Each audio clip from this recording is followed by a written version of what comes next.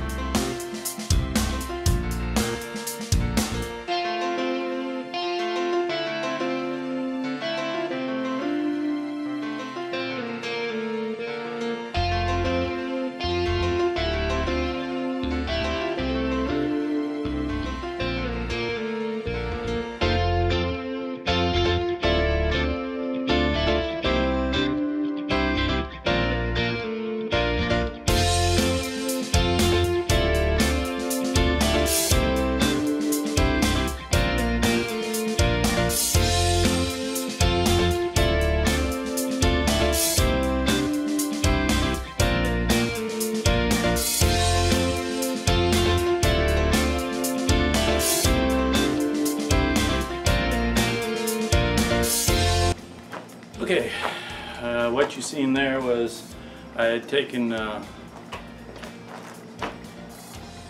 2 pieces of Advantech and cut it to the width that I needed, which was the 1 inch, or actually it ended up 2 inches wider than the widest point on my trailer frame, so that I can make an even trim board underneath on the sides.